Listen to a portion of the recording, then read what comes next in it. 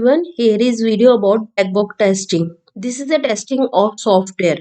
So video में हम discuss करेंगे कि हम ब्लैक बॉक्स टेस्टिंग कैसे करते हैं एंड उसके वे क्या है टेस्ट करने के, ये टेस्टिंग किस टाइप की होती है और किस लिए होती है, इसका यूज कहाँ पे होता है.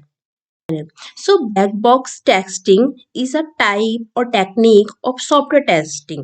इसमें हम सॉफ्टवेयर की जो फंक्शनैलिटी होती है उसको टेस्ट करते हैं कि इसकी कैपेसिटी है, उसकी जो वर्किंग कैपेबिलिटी है या उसकी फंक्शनैलिटी कैसी है. इसमें जो सॉफ्ट टेस्टर होता है बेसिकली उसको सॉफ्टवेयर के इंटरनल स्ट्रक्चर की कोई नॉलेज नहीं होती है और इसमें कंपलसरी भी नहीं है कि आपको कोडिंग की भी नॉलेज हो.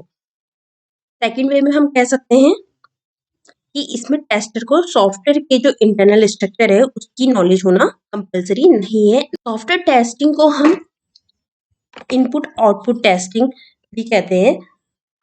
इस टेस्टिंग को ब्लैक बॉक्स टेस्टिंग इसलिए कहा जाता है क्योंकि जो भी सॉफ्टवेयर होता है वो टेस्टर के लिए ब्लैक बॉक्स की तरह होता है, बिकॉज जो टेस्टर है वो सॉफ्टवेयर की जो फंक्शनैलिटी उसको चेक तो कर रहा है बट उसको पता नहीं है कि वो सॉफ्टवेयर कैसे बना है, उसकी फंक्शनैलिटी क्या है, उसके इंटरनल में कौन सी कोडिंग हुई है. तो उसके लिए ये एक टाइप का ब्लैक बॉक्स ही है जिसमें उसको कुछ भी शो नहीं हो रहा है, वो अंदर की कोई भी चीज नहीं देख सकता है. इसलिए हम इसको ब्लैक बॉक्स टेस्टिंग बोल रहे हैं टेस्टर के लिए. इस टेस्टिंग में हम सॉफ्टवेयर के इनपुट एंड आउटपुट पर ध्यान देते हैं, इसलिए हम इसे बिहेवियरल टेस्टिंग भी बोलते हैं. इसमें जो होता है टेस्टर वो सबसे पहले एक फंक्शन को सिलेक्ट करता है, उसकी फंक्शनैलिटी को चेक करता है. में टेस्टर टेस्टिंग के लिए सबसे पहले एक फंक्शन को सिलेक्ट करेगा, उसमें उसकी फंक्शनैलिटी को चेक करने के लिए वो एक इनपुट देता है. अब वो इनपुट देता है वो इसलिए देता है इनपुट कि ये फंक्शन सही तरह से हो रहा है या नहीं हो रहा और हमें पर्टिकुलर इसकी आउटपुट मिल रही है या नहीं मिल रही है. अगर इसकी आउटपुट हमें प्रॉपर मिल रही होती है तो इस टेस्टिंग को पास कर दिया जाता है, बट अगर इसकी आउटपुट हमें प्रॉपर नहीं मिलती है तो इस टेस्टिंग को फेल कर दिया जाता है. फिर टेस्ट टीम के द्वारा इस रिजल्ट को हम डेवलपमेंट टीम के पास भेजते हैं. इसके बाद की जो प्रोसेस है वो डेवलपमेंट टीम करती है. डेवलपमेंट टीम के पास को भेज दिया जाता है तो हम सेकंड फंक्शन करते हैं टेस्टिंग के लिए.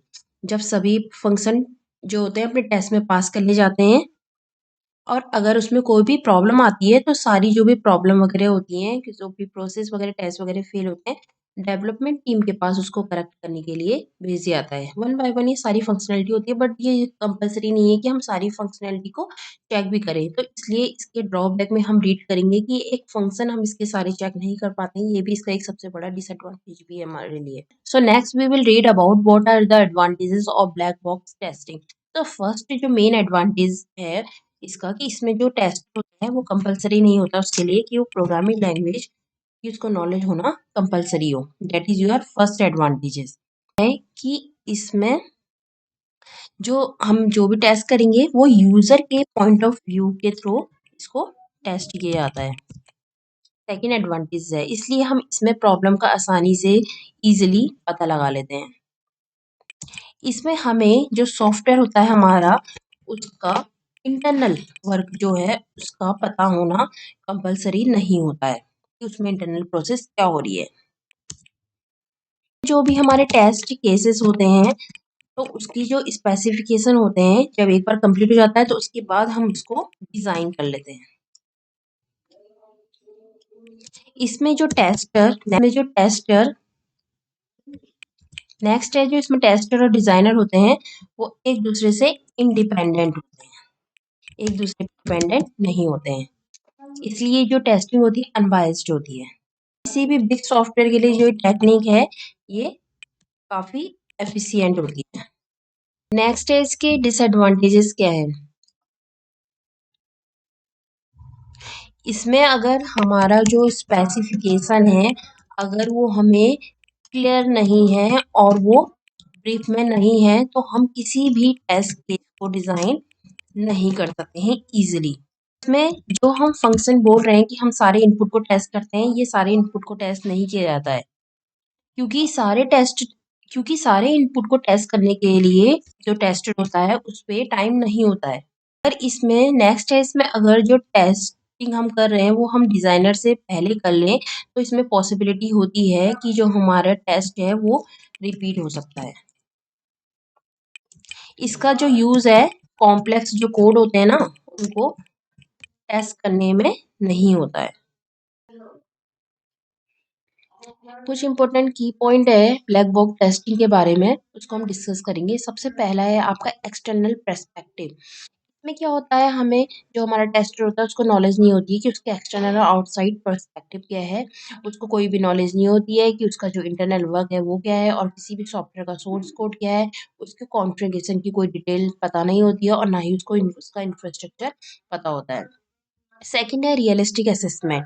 ये जो असेसमेंट होता है ये रियल वर्ल्ड साइबर थ्रेट्स के लिए होता है, जिसमें वेरियस टेक्निक और टूल्स का यूज होता है किसी भी vulnerabilities and access of vulnerabilities को फाइंड करने के लिए, कि जो हमारा अटैकर है वो एक्सप्लॉइट कैसे कर रहा है हमारी वल्नरेबिलिटीज को। लास्ट है टेस्टिंग सिनेरियो। टेस्टर है डेवलप करता है टेस्ट सिनेरियो को एंड यूज करता है केस, ऐसे केसेस को जिसमें हम पोटेंशियल अटैक वेक्टर की मिमिक करते हैं, जिसमें कि कुछ केसेस आते हैं आपके gain unauthorize access, exploiting software vulnerabilities होता है, launching phishing attack, probing for weakness in network configuration. That is our key point about black book testing in cyber security. Next slide में हम पढ़ेंगे कि हम ब्लैक बॉक्स टेस्टिंग कैसे करते हैं।